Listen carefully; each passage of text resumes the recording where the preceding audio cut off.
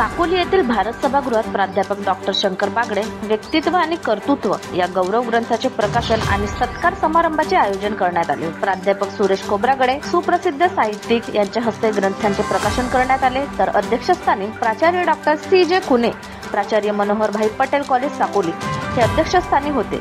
त्यात प्रमुख अतिथी म्हणून प्राध्यापक डॉक्टर ॲडव्होकेट सविता बेदरकर गोंदिया, प्रमुख वक्ते प्राध्यापक डॉक्टर अरविंद कटरे गोंदिया, पत्रकार व सामाजिक कार्यकर्ते DG रंगारी, प्रबोधनकार मनोज कोटांगले, प्राध्यापक डॉक्टर शंकर बागडे व वंदना बागडे, पत्रकार रवी भोंगाने, मनीषा काशीवर यांच्या उपस्थितीत हा कार्यक्रम संपन्न झाला। सर्वप्रथम भगवान गौतम बुद्ध व डॉक्टर बाबासाहेब आंबेडकर यांच्या प्रतिमेचे पूजन करून स्वागत गीताने कार्यक्रमाची सुरुवात झाली। त्यानंतर एशियन न्यूज व भीमपर्व चॅनलचे संपादक DG रंगारी व पत्रकार रवी भोंगाने यांच्या हस्ते शाल व पुष्पगुच्छ घेऊन स्वागत करण्यात आले। त्याचप्रमाणे प्रतिभावंत प्रबोधनकार कला साहित्य संघटनेच्या वतीने मनोज कोटांगले, भावेश कोटांगले यांच्या हस्ते सत्कार करण्यात आला व विविध संघटनेच्या वतीने सत्कार करण्यात आला। प्राध्यापक शंकर बागडे यांच्या पुस्तकाचे प्रकाशन करण्यात आले।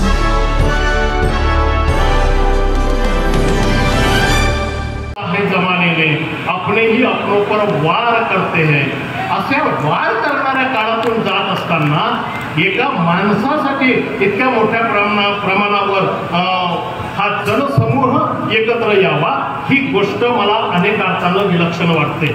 मित्रहो, आता मी सांगत होतो की समाजामध्ये आता माणसामध्ये अंतर पडू लागलेलं आहे। कुणासाठीही कुणाला वेळ नाहीये द्यायला, आणि अशा या झपाटलेपणामध्ये आता एक काळ होता की एका विशिष्ट प्रवाहाच्या विरुद्ध एक विशिष्ट समुदाय एकत्र यायचा।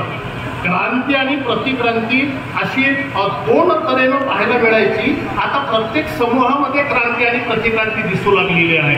प्रत्येक समूहामध्ये नव्या समस्या निर्माण झालेल्या आहेत। अशा पार्श्वभूमीवर, अशा परिस्थितीतून तुम्हा आम्हाला जात असताना देशाचं नेमकं काय होणार आहे या देशाची चिंता आज आपल्या सर्वांच्या समोर आज असून उभी आहे। अशा पार्श्वभूमीवर डॉक्टर शंकर बागडे सरांनी ही जी दरी आहे, ही जी विषमता आहे, ही विषमता कम करण्यासाठी आणि अत्यंत चिंतनशील परिस्थिती बदलवण्यासाठी आपल्या आयुष्याचा नंतरचा काळ घालवावा अशी मी त्यांना नम्र विनंती करतो। मला एक शेर आठवतो, दुःख का कड़वा पानी चाखने वाले कम होते हैं, दुख का कड़वा पानी चाखने वाले कम होते हैं, अपनी जरूरत परखने वाले कम होते हैं।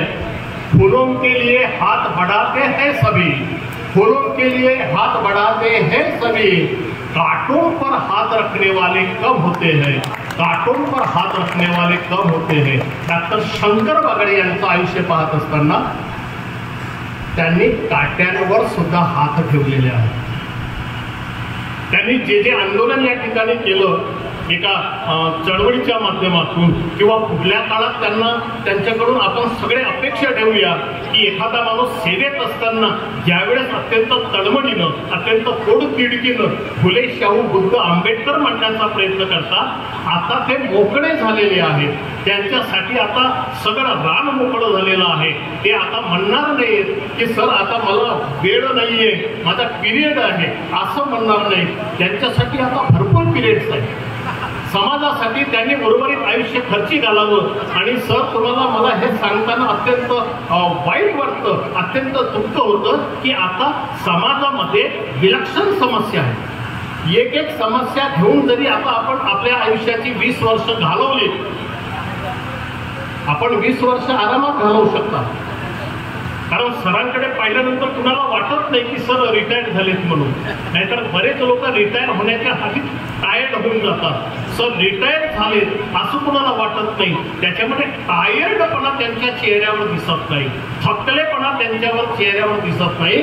त्यांच्याकडे अजून 20 वर्षाचं आम्ही आयुष्य देतो, म्हणजे 80 वर्ष सर जर जगले, कारण आम्ही 100 वर्ष सरांनी जगावं असं म्हणणार नाही, ते बुद्धाच्या विरुद्ध बोलणं होईल। कारण आपल्याला माहितीच नसतं आपलं आयुष्य किती आहे म्हणून, कोणालाच माहित नसतं आपलं आयुष्य किती आहे म्हणूनच तर जगण्यात मजा आहे। आपली डेथ सर्टिफिकेट आधी जर तयार झाली असती तर आपलं जगणं त्याच दिवशी संपलं असतं, ज्या दिवशी आपल्याला माहित झालं असतं आपण या तारखेला मरणार आहोत। म्हणून 20 वर्षाचं अजून सरांचं आयुष्य आहे, 80 वर्षापर्यंत सर असेच दिसणार आहे। तुम्हाला सांगतो आणि आमच्या वहिनी आहेत, ह्या दोघांकडे पाहिल्यावर वाटत नाही की हे दोघे थकणार आहेत म्हणून. एक उमेद आहे, एक जोश आहे.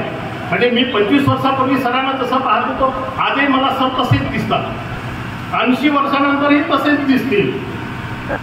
त्याच्यामुळे यांनी आपल्या आयुष्याची जी वाटचाल आहे ही सामाजिक कार्यामध्ये त्यांनी वाहून घ्यावी. कारण सामाजिक कार्याची एक वाटचाल त्यांनी केव्हाचीच केलेली आहे, सेवेत असतानाच त्यांनी केलेली आहे. ज्या पोटतिडकीनं त्यांनी फुले बुद्ध शाहू आंबेडकर समाजासमोर ठेवला.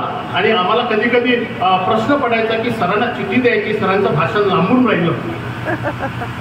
मग एखाद्या वेळेस आम्हाला चिठ्ठी द्यावी लागायची.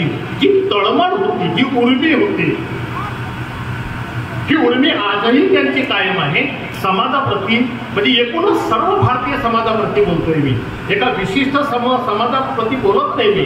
कारण प्रत्येक समाजामध्ये बेरोजगार आहेत आणि बेरोजगारांचे प्रश्न घेऊन सर्जत राबले तरी सुद्धा एक मोठं देदीप्यमान कार्य त्यांच्या हातून होऊ शकतं.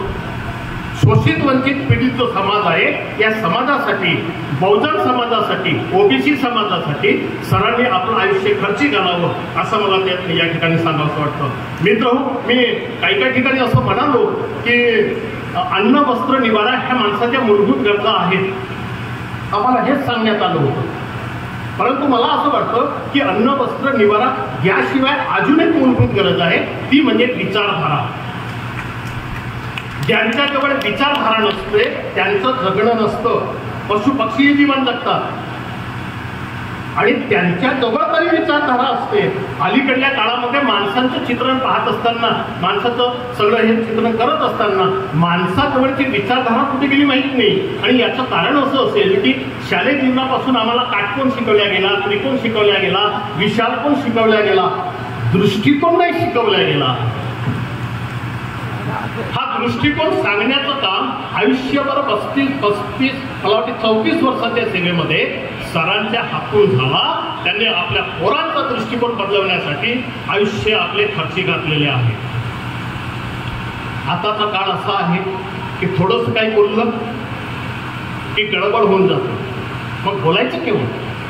आम्ही या भारताचे नागरिक असताना भारतामध्ये जर वेगवेगळ्या समस्या येत असतील आणि आम्हाला जर महासत्ता करायचं असेल देशाला, तर महासत्ता करत असताना जी अडचण आहे, ज्या ज्या समस्या आहेत, जे प्रश्न आहेत, या प्रश्नांच्या विरोधात आम्हाला बोलावं लागेल.